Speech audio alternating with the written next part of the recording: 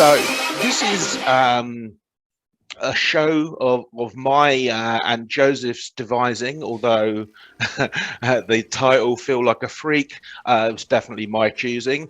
I very much enjoy the tag freak, which I give to myself on a routine basis. In fact, on my profile on LinkedIn, it says at the bottom, smiley devil face, obscenely expensive smiley devil face, because I just think that there is, as Andrew said, a huge resource of diversity all across the spectrums that employers are not currently maximizing. And what I wanted to do from a Business Live global perspective, this radio show podcast is going to be transmitted in 22 countries around the world.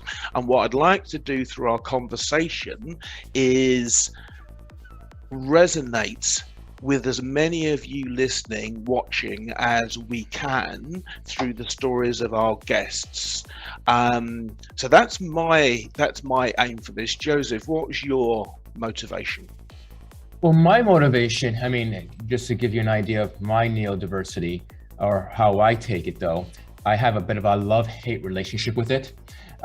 So it's quite different than yours, but I do recognize it and I see because of the love-hate relationship, I see the importance of identifying, recognizing, and bringing to the attention to the challenges that I face on both in a personal and professional life, and bringing more awareness, educating employers and managers in regards to understanding about who they work with has become my purpose and mission.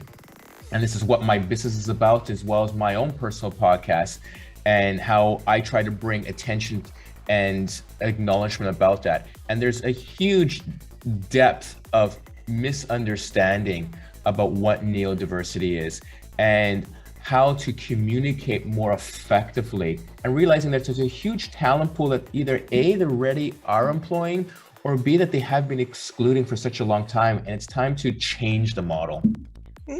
So the definition then of neurodiverse. Gabrielle, you have the psychological background. Tell me and tell our viewers what neurodiversity means from your perspective.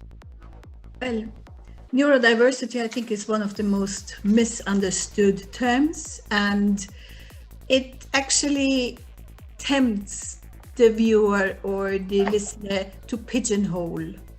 Neurodiversity cannot be pigeonholed. It is very complex.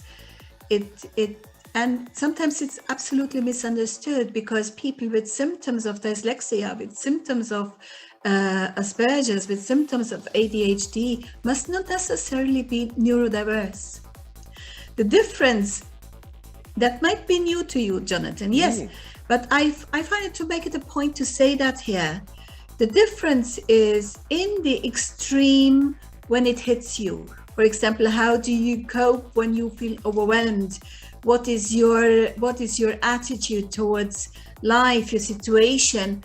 How your ability to develop coping mechanisms, and this is a gradient, as a matter of fact. You see, there is the way how you view yourself and how you are viewed from a medical perspective, but also how you are viewing to yourself from a therapeutic perspective. And it's all about the gradient of functionality.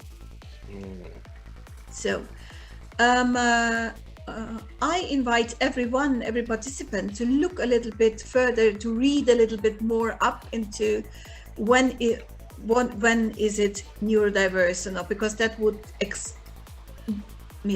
explode the scope of this show to go in detail into that, but there is a difference.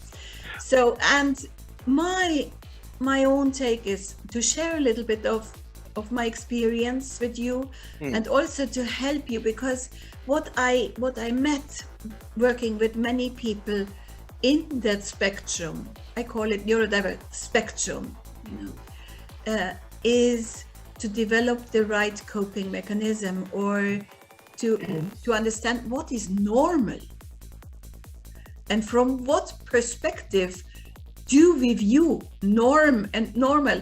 And I enjoy very much Jonathan's attitude is that he loves his tag freak, because freak has two aspects. One is the freedom to be who you are, but it also is the standing or the accepting that freaking out and learning what it is when I freak out and when I freak with. You see, we have conceptualized terms, we have stereotyped terms, and we use terms, society uses terms and terminologies according to the trend.